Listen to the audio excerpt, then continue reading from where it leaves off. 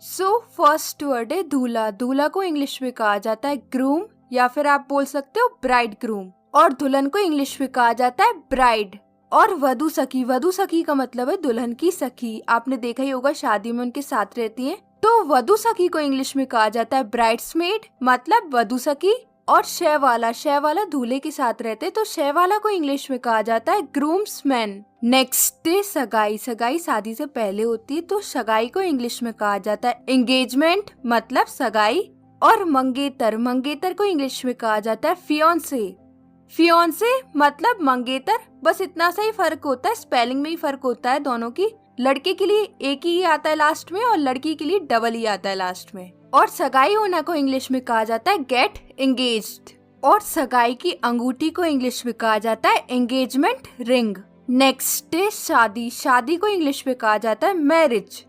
Marriage मतलब शादी। यहाँ पे मैं आपको बता दूं, मैरिज जो होती है वो दो लोगों के बीच में एक रिलेशनशिप होता है। और विवाह समारोह को इंग्लिश में कहा जाता है वेडिंग। वेडिंग में सारी रस्में होती है, शादी की खाने पीना होता है, उसे वेडिंग कहा जाता है। और शादी करना, शादी करना के लिए एक इंग्लिश में फ्रेज बहुत यूज होता है, उसे कहते हैं इंग्लिश में टाई द नॉट, जिसका मतलब होता है शादी करना। नेक्स्ट है प्रेम विवाह। प्रेम विवाह को इंग्लिश में कहा जाता है लव मैरिज। और परिवारजनों की तय की गई शादी को कहा जाता है इंग्लिश में अरेंज्ड मैरिज। और बिचौलिया, बिचौलिया को हम दलाल भी कहते हैं हिंदी में। जो दो लोगों की शादी करवाता है, बीच में पड़ता है, उसे हम बिचौलिया कहते हैं या दलाल कहते हैं। तो बिचौलिया को इंग्लिश में कहा जाता है मैच मेकर, या फिर आप मैरिज ब्रोकर भी बोल सकते हो। नेक्स्ट शादी का कार्ड। शादी का कार्ड कुछ इस तरीके का होता है, इसे इंग्लिश में कहा जाता है वेडिंग कार्ड, या फिर आप बोल सकते हो वेडिंग इनविटेशन कार्ड। नेक्स्ट बारात। बारात को इंग्लिश में कहा जाता है वेडिंग प्रोसेशन। और बाराती को इंग्लिश में कहा जाता है वेडिंग गेस्ट। और नेक्स्ट शादी की दावत। शादी की दावत को इंग्लिश में कहा जाता है वेडिंग फीस्ट। और नेक्स्ट मंडप। मंडप जो देख रहे हैं आप कुछ इस तरीके का, इसे इंग्लिश में कहा जाता है कैनेपी। कैनेपी मतलब मंडप। और पंडाल कुछ इस तरीके का होता है, इसे इंग्लिश में कहा जाता है माकी। माकी मतलब पंडाल।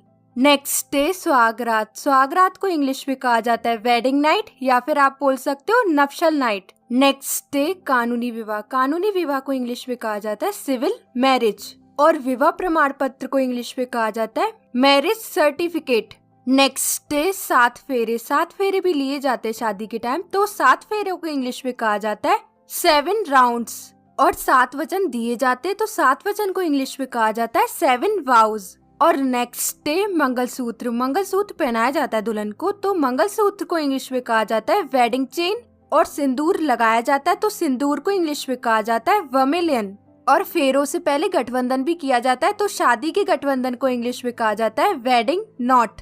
और गाइस, अगर आपको ये वीडियो पसंद आ रही है तो प्लीज इस वीडियो को लाइक कर दीजिए, शेयर कर दीजिए और चैनल को भी सब्सक्राइब कर लीजिए। नेक्स्ट कन्यादान करना। कन्यादान भी किया जाता है दुल्हन के माँ बाप के द्वारा, तो कन्यादान करना को इंग्लिश में कहा जाता है गिव अवे। गिव अवे मतलब कन्यादान करना। और दहेज। दहेज भी दिया जाता है दुल्हन के परिवार के द्वारा, तो दहेज को इंग्लिश में कहा जाता है डाउरी। डाउरी मतलब दहेज। नेक्स्ट माला। फूलों की माला जो देख रहे हैं आप, जो दूल्हा दुल्हन एक दूसरे को पहनाते हैं, तो माला को इंग्लिश में कहा जाता है गार्लैंड। गार्लैंड मतलब माला। नेक्स्ट रथ। रथ जो देख रहे हैं आप, जो घोड़ी से अटैच रहता है, इसमें दूल्हा बैठकर आता है, तो रथ को इंग्लिश में कहा जाता है चैरियट।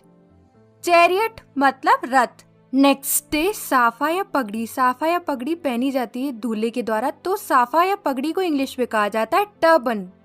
टर्बन मतलब साफा या पगड़ी। नेक्स्ट बिछिया। बिछिया पहने जाते दुल्हन के द्वारा, तो बिछिया को इंग्लिश में कहा जाता है टोरिंग।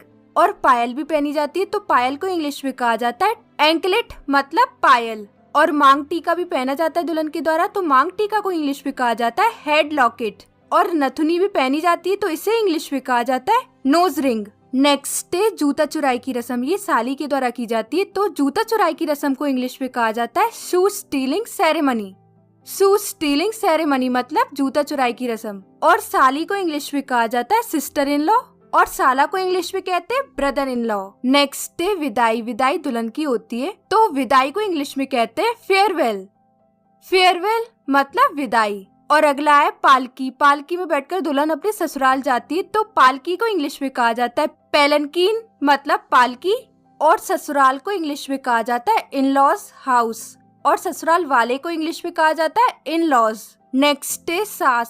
सास को इंग्लिश में कहा जाता है मदर इन लॉ, और ससुर को इंग्लिश में कहा जाता है फादर इन लॉ। और अगला है बहू। बहू को इंग्लिश में कहा जाता है daughter in law. And the last one is दामाद। दामाद को इंग्लिश में कहा जाता है सन इन लॉ। और ये दोनों आज के क्विज है। कमेंट में मुझे लिख के बताइए, और ये वीडियो आपको कैसा लगा अपना फीडबैक जरूर दीजिएगा कमेंट में। मैं मिलती हूँ आपसे एक नेक्स्ट वीडियो में एक नए टॉपिक के साथ। Till then take care, keep practising.